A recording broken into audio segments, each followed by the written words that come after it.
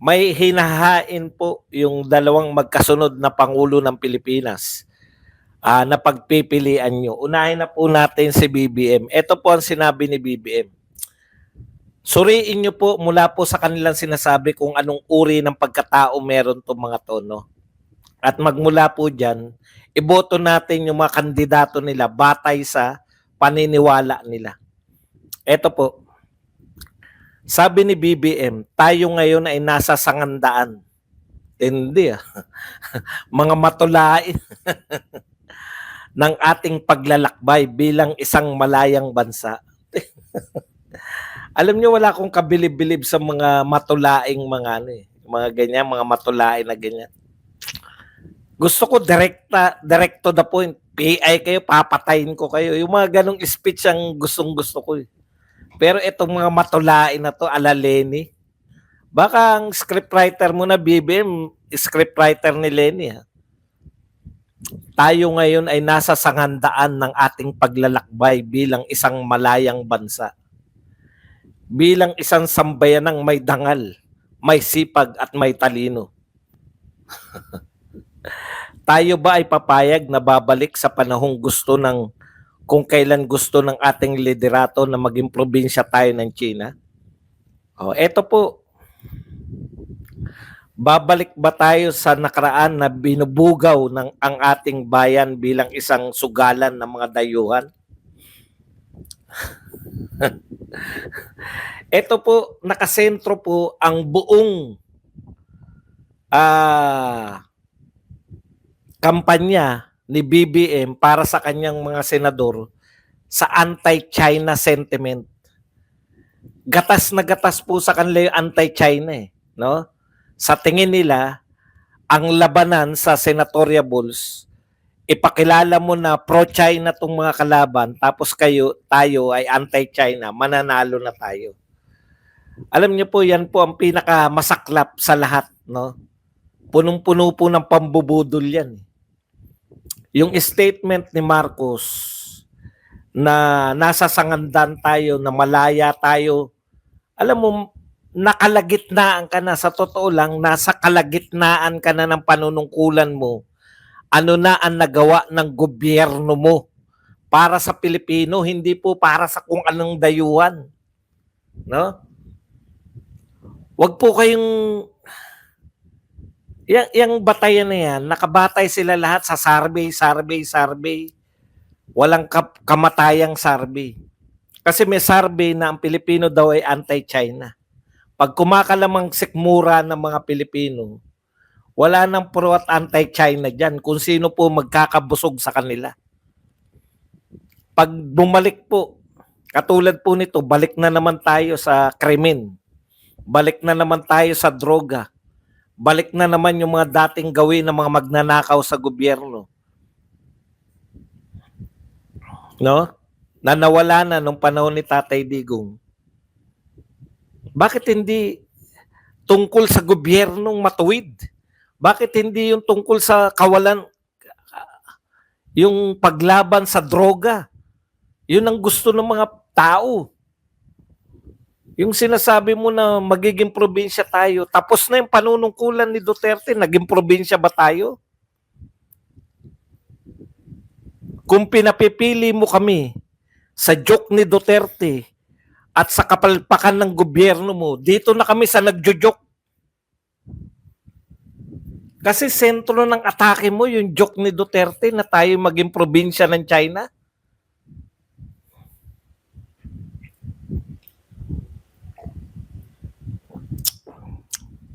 Sabi ko nga nung nakaraang vlog, pinaliwanag ko kung bakit negative campaigning, black propaganda ang inaatupag ni Marcos. Dalawa po kasi pagpipilian ni Marcos sa kanyang pangangampanya. Una, mamimili siya, ipagmamalaki niya ba yung mga proyektong nagawa niya within sa magtatatlong taon, o maninira lang siya ng dating nakaupo? Yung option 1, walang option 1. Bakit? Wala naman siyang proyekto. Wala naman siyang proyekto na pwedeng ipagmalaki. Wala siyang totoong proyekto na kanya at may pagmamalaki na apektuhan ng mga Pilipino. Panay problema, panay pagkakamot ng ulo, panay mga kapalpakan ng nakikita natin. Brownout sa NAIA, kapalpakan ng mga DOT, kapalpakan ng mga kung ano-anong gobyerno, kapalpakan ng flood control, kapalpakan ng pagtugon sa pangkaraniwang bagyo pa lang. Ang bagyo po ay taon-taon may dumadaan sa atin 20 mahigit na bagyo. Yung ba naman hindi mo pa ma-anticipate? Kada may babagyo, may problema. Ansesimple lang. Wala nang ine-expect sa'yo. Hindi na kami naghanap ng 20 pesos na kilo ng bigas. Dahil alam namin na hindi mo kaya. Hindi na kami naghanap ng 1 million pabahay dahil alam namin hindi mo kaya. Hindi na kami naghanap ng mga bagong infrastructure dahil alam namin hindi mo kaya. Walang kakayahan. Pero despite na walang proyekto, despite na wala pong nakikita tayo, wala silang may pagmamalaki, ay panay pa rin, wala pang pandemya, panay pa rin ang utang. Panay pa rin ang pagbebenta ng mga kagamitan ng Pilipinas. Ari-arian ng Pilipinas, pag umalis si Marcos, ubos na. Wala na tayong ari-arian. Alam niyo po bang ibebenta ngayon? Lahat na po ng lupain ng Pilipinas, pati 200 square meter, ibebenta. Ano po yung pangangailangan natin? May pandemya ba? May matindi ba tayong kakulangan? May proyekto ba kayong pinagagawa para paggamitan? Wala. Ayuda lang, ayuda. Tapos sasaluhin na lang. Mamili kayo. Ang gusto nyo ba yung sumusuporta sa China? O tayo na walang ginagawa? O kaming walang proyekto? O kaming mataas ang presyo? O kaming nakaw dito, nakaw doon ang gobyerno? Magtapat ka naman sa mamamayan. Wala kang nalutas na problema, kusa na lang, nakalimutan na lang. Nalutas mo ba yung problema? Ano ba yung unang tumaas? Sibuyas? Nalutas mo ba yung problema ng bigas? Nagkusa na lang, nakasanayan na lang ng tao. Tapos ngayon, mambubudol ka na naman. Si Duterte daw na gustong maging probinsya tayo ng China. Kailan naganap yan? Nag-apply ba si Digong? Anong balita? Asan yung balita na yan? 6 na taon si Digong. Bakit hindi tayo naging probinsya kung gusto ng Digong na probinsya tayo? Yun yung, mamili po kayo. Dito sa gobyernong binubola ko kayo.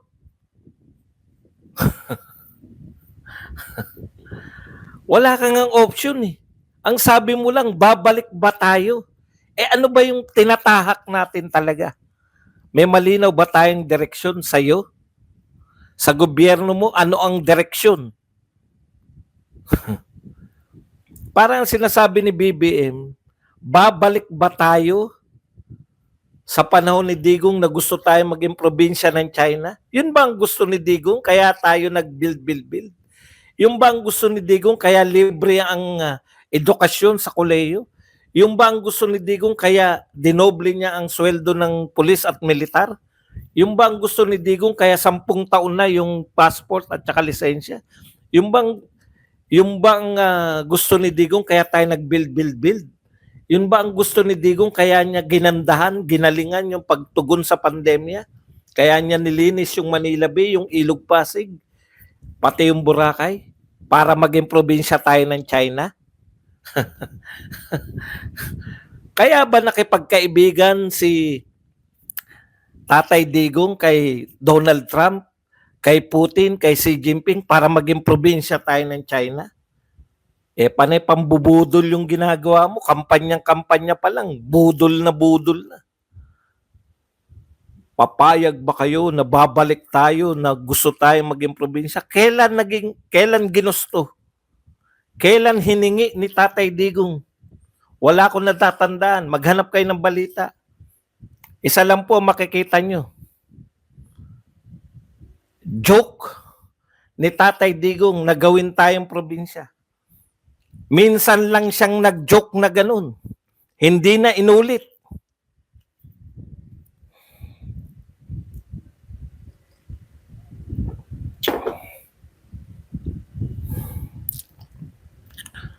Ang pinagbabatayan nyo ba yung palabirong presidente? Palabiro? Pumapatay? Yun ba ang tinatanong mo? Sagutin ka ng mga tao na oo, yan ang gusto namin. Ano po ang sinabi naman ni Tatay Digong? Saan naman tayo pinapipili? Actually, si Tatay Digong lang talaga yung tunay na nagpapapili. Tignan niyo yung sinabi niya. Kung sino talaga yung tapat. Kung mas mababa ang presyo ngayon ng pagkain, iboto natin ang yung kandidato ni Marcos. Kung mas madali maghanap ng trabaho ngayon sa panahon niya, then dun kayo sa kanya. Kay Marcos to. Kung sa panahon na ito, kampante ka at maglakad ng walang takot, nakakapasyal ka maski saan, huwag mo nang bitawan si Marcos, piliin mo na yung kandidato niya. Napakasimple po na sinasabi ni Tatay Digong. Kung mababa ang presyo ng bilihin, kung madaling makahanap ng trabaho ngayon, at kung hindi ka takot, mamasyal ka hating gabi, iboto nyo yung kandidato ni Marcos. Pero kung baliktad po ang sitwasyon ng Pilipinas, bakit nyo iboboto yung kandidato ni Marcos?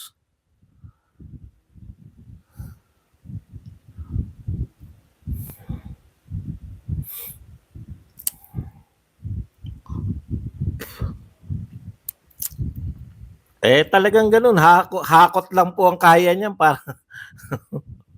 para makapangampanya. Sana yung mga hinakot sumigaw ng Duterte. Ang tuwa ko lang pag yung mga hinakot, no, tapos sumigaw ng Duterte.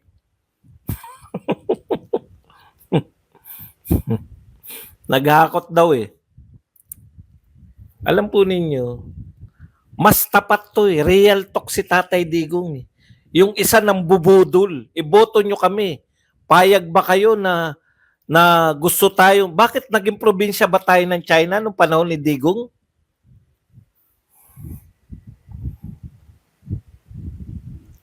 Pinagmamalaki ni BBM yung kapalpakan niya sa West Philippine Sea. Actually, kapalpakan nila yan eh. That's failure of anong tawag doon? Diplomatic relationship. Failure sa diplomatic relationship. Kaya tayo binobomba ng mga yung mga barko natin, kaya binobomba ng water cannon. Failure sa diplomatic relationship, kaya tayo hindi hinaharang yung mangingisda natin. Failure sa diplomatic relationship, kaya pinalalayas yung mga Coast Guard natin, binabangga tayo.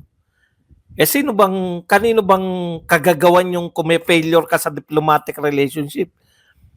Ang diplomatic relationship po, o ang pakikipagrelasyon natin sa ibang bansa ay soul. Soul power. Ang tanging may kapangyarihan lang po na makipag-ugnayan sa ibang bansa ay ang presidente ng Pilipinas.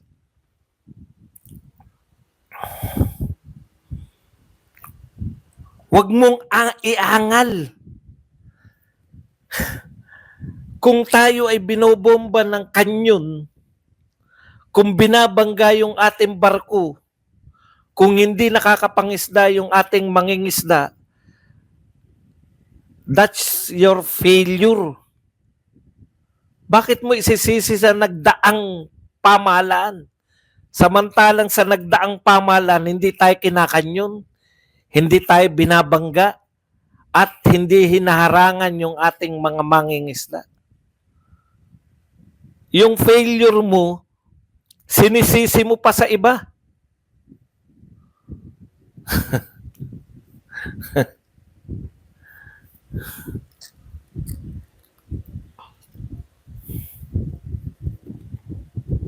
Okay. Badong, kung yan lang ang pagpipilian, mananalo talaga yung mga kandidato natin. Tama po kayo.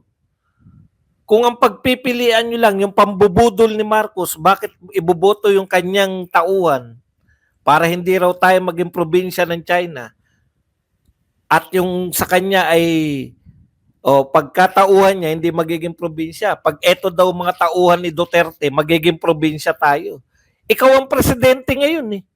Nung presidente nga si Duterte, hindi naging probinsya eh. Alam mo yun? Binubudol niyo yung mamamayan. Ibig nyo sabihin, pag nanalo yung mga senador ni Digong, magiging probinsya tayo ng China. Ano ka na lang bilang presidente?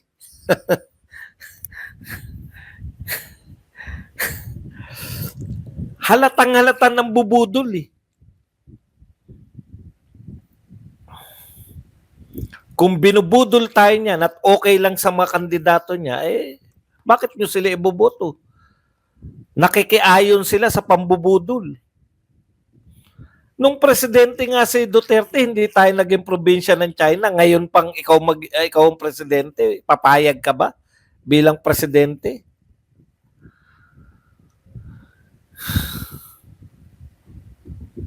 Bakit hindi natin iboboto? Bakit tayo matatalo pa rin?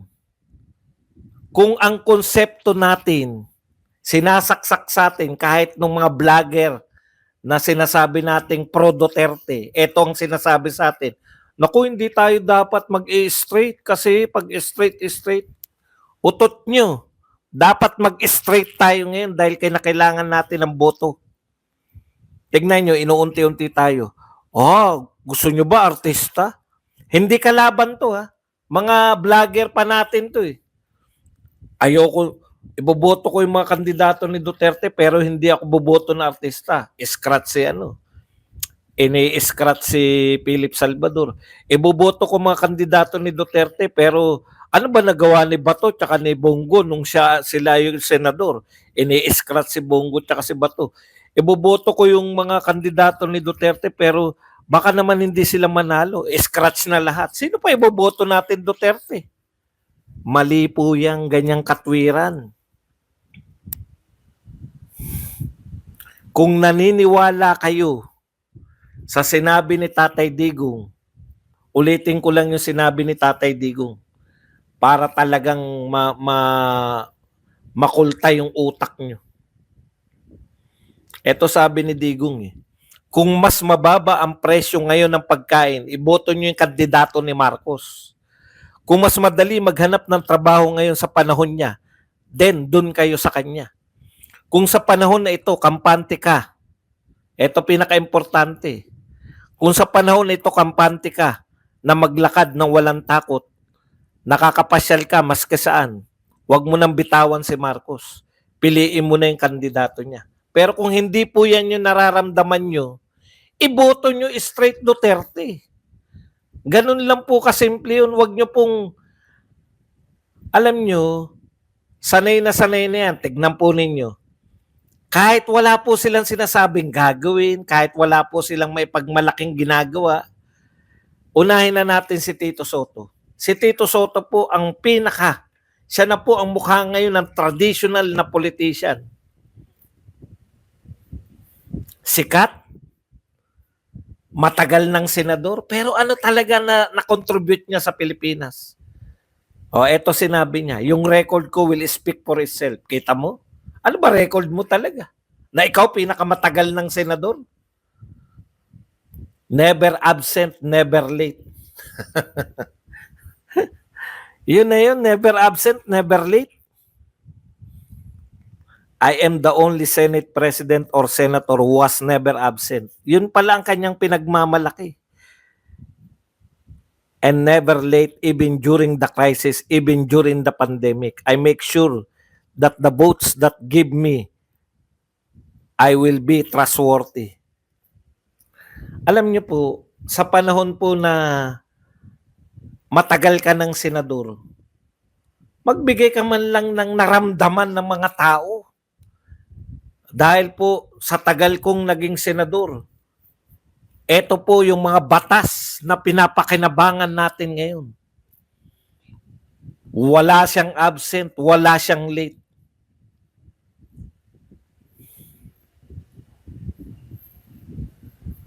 Kung ganyan lang po ang batayan natin, no? Walang absent at walang late. Kawawa naman po ang Pilipinas. Kung ang pinaka walang talo. Halimbawa po si Tatay Digong. Pwede niya ba sabihin na nung presidente ko wala akong absent, wala akong late? Parang estudyante ang treatment nito sa sarili. Yan po ang traditional politician talaga.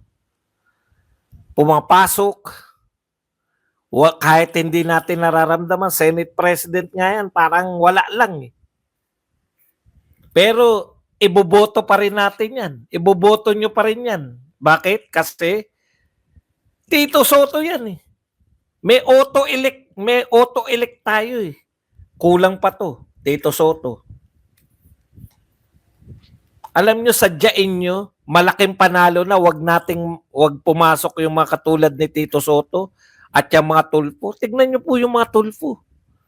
Ni wala pong palipaliwanag. At yun nga mga kababayan, anong masasabi niyo sa balitang ito? Maaring ihayag ang inyong opinyon at kuro-kuro sa comment section sa ibaba. Huwag din kalimutang mag-like, mag-subscribe at mag-share sa bidyong ito. Maraming salamat sa panonood.